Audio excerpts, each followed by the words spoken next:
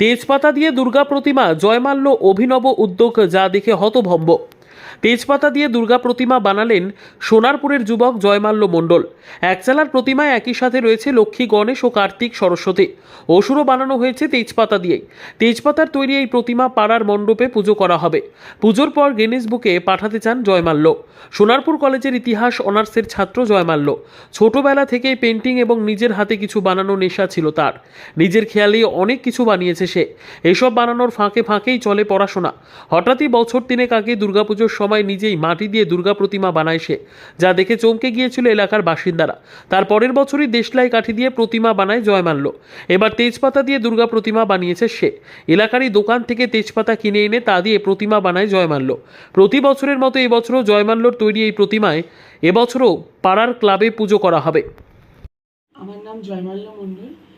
আমি সোনারপুর মহাবিদ্যালয় হিস্ট্রি অনার্সের একজন ছাত্র। আমি এই ঠাকুরটি বানানোর অনুপ্রেরণা পেয়েছি মূলত আগের কয়েক বছর আমি মাটির দুর্গা ঠাকুর বানিয়েছিলাম। তো তখন সবাই পার্শ্ববর্তী পাড়ার লোকরা সবাই বলেছিল যে খুব ভালো লেগেছে, তো পরের বছর আবার বানাবি তো। তো আমি সেই উদ্দেশ্যে আবার বানিয়েছি। তো তাই জন্যেই বানানো। আর এটা পুজোর কদিন তো মণ্ডপেই থাকবে, পাড়ার মণ্ডপে। আর তারপরে এটা আমি ইন্ডিয়ান বুক অফ রেকর্ডসে দেব। এটা কিভাবে বানিয়েছিলে আর এর আগে কিভাবে বানিয়েছিলে?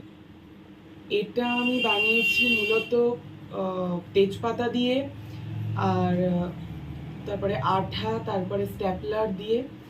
আর এর আগে আমি 2023-এ বানিয়েছিলাম দেশলাই কাঠি দুর্গা ঠাকুর। তোমার নাম? আমার নাম জয়মাল্য মণ্ডল।